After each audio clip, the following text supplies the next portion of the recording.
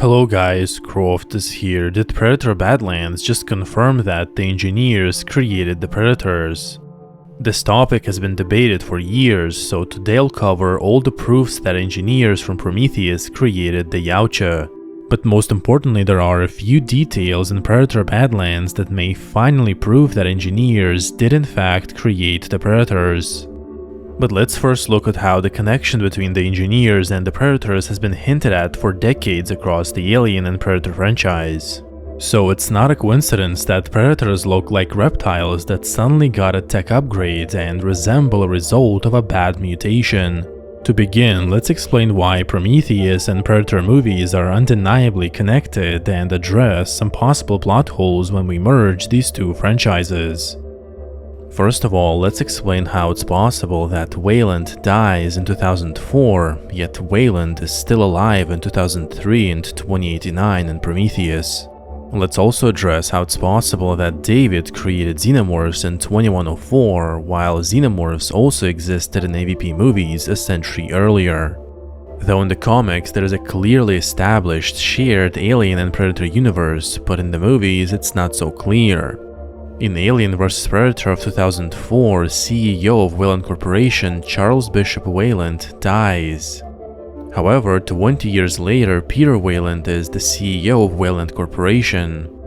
Many people think that this completely breaks Alien-Predator continuity. However, it's actually really obvious that Peter Weyland is the son of Charles Bishop Weyland.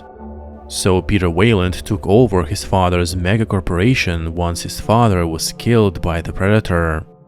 This also gives another reason why Weyland Industries is so obsessed with capturing Xenomorphs and sent multiple space vessels to find them, and it's all because Peter Weyland has a personal motive. Since the Predators have killed his father, the Xenomorphs were the only creature that could destroy Yautja's civilization. So Peter Weyland needs them for his personal vendetta against the Predators. But on a much larger scale, Weyland-Yutani may also need Xenomorphs to fight off a possible full-scale Predator invasion, but more on that later. So if we take all these things into consideration, the continuity of the shared Alien and Predator universe remains intact. But another big problem if we merge Alien and Predator franchises is David creating Xenomorphs in Alien Covenant.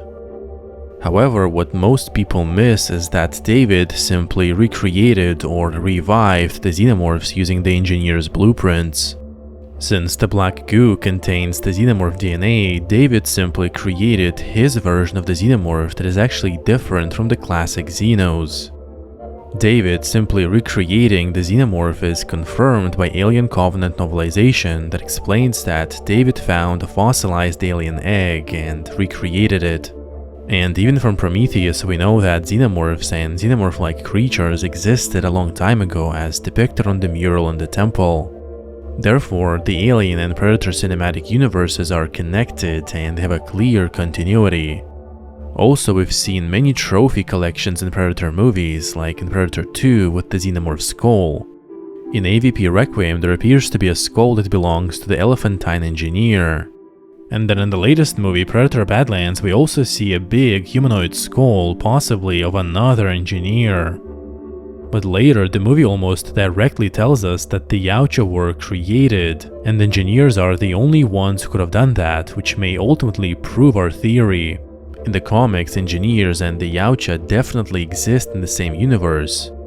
In Fire and Stone storyline, Predator Ahab famously fought an engineer and claimed his skull. And it's in this comics, Fire and Stone, that we get the first clue as to why engineers created predators. Ahab's journey of tracking and killing the engineers started on another planet, where the Predator found the exact same cave painting Elizabeth Shaw found in Prometheus, a depiction of giant figures pointing to LV-223 star formation. That comic indicated that engineers created tetrabrachial humanoids on that planet, proving once again that not only did they create life on Earth, but they also seeded many other planets with beings created in their image. Prometheus establishes that engineers are unimaginably ancient. They seeded life on Earth billions of years ago and likely created predators as well. Engineers also created beings on Planet 4 who were extremely similar to them, but primitive. And in the comics, engineers have actually created many other races like the tetrabrachial humanoids and Fulfremen. Therefore, it makes perfect sense that engineers created the predators, especially given one huge detail revealed in the movie. Since the engineer race is beyond ancient, the Yautja eventually forgot their creators as the engineer's civilization mysteriously disappeared from the universe, leaving only a few individuals scattered across the galaxy. On top of that, Yautja look like intelligent reptiles, as if primitive reptilian animals from Earth or other planets were taken and experimented on with the black goo. The black goo, being a highly mutagenic accelerant of evolution, could have mutated and upgraded these reptiles into intelligent reptilian humanoids, the Yautja. Prometheus describes the engineers as masters of bioengineering and manipulating life forms. And the Yautja do not look natural at all, so it makes perfect sense that they were bioengineered by the space jockey race. However, the movie The Predator of 2018 introduces the biggest clue that the Yautja were created by engineers. Once the scientists captured the rogue predator, they studied its DNA and discovered that the Yautja DNA has human DNA in it, as if the Yautjas were hybridized with humans.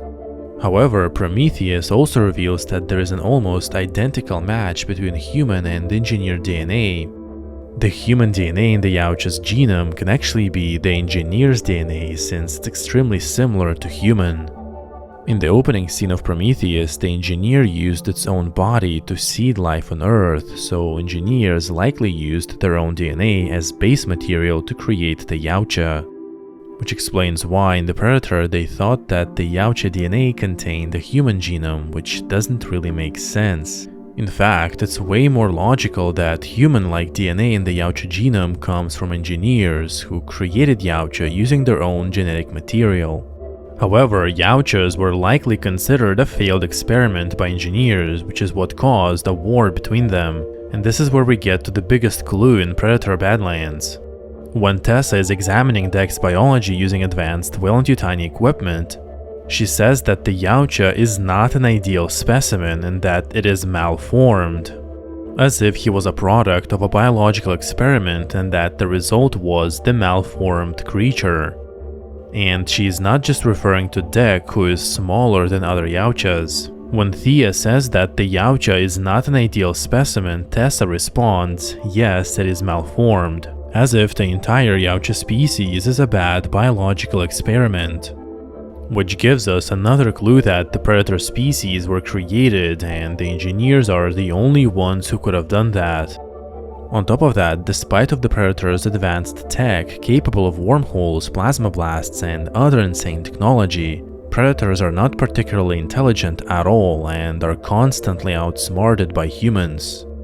We would expect extremely high intellect from species capable of manipulating space-time through wormholes, but this is not the case. So there's a huge gap between their ultra-advanced technology and their almost primal instinct-driven behavior, which, coupled with their inability to outsmart humans, points to the fact that all that technology was either stolen or given to them. There could have been a war between the predators and engineers in the past, and predators could have taken all of the engineers' technology. This can explain the weird gap between their primal behavior and the insane tech. However, there is another interesting clue, which is that the predators have bright green blood, just like the Xenomorphs and engineers. If we examine certain scenes in Prometheus, engineers have green-grayish blood. Since engineers were the ones who created Xenomorphs, it makes total sense that they also created predators, which explains the similarity in the blood color of these three species. Another possibility is that after creating a reptiloid race, proto-predators, engineers were dissatisfied and bombed the entire planet with the black goo.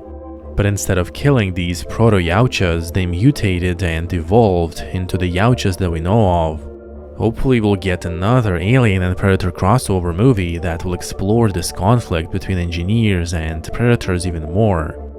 But going back to the previous theory, there's a huge possibility that Wayland Industries is so desperate to get a hold of the Xenomorphs specifically is because it's the perfect organism to fight off a possible predator invasion that is being planned by the Yautjas according to the Predator of 2018. This makes perfect sense and would explain why Wayland Industries is so fixated on the Xenomorph, despite the fact that they found many other alien organisms as shown in Alien Earth. Thank you guys for watching. What do you think about all these connections, and do you believe engineers created predators? Leave your thoughts in the comments and don't forget to join the Patreon for extra support. Also, like this video if you enjoyed it and subscribe to the channel for more content. My name is Croft and I'll see you in the next video.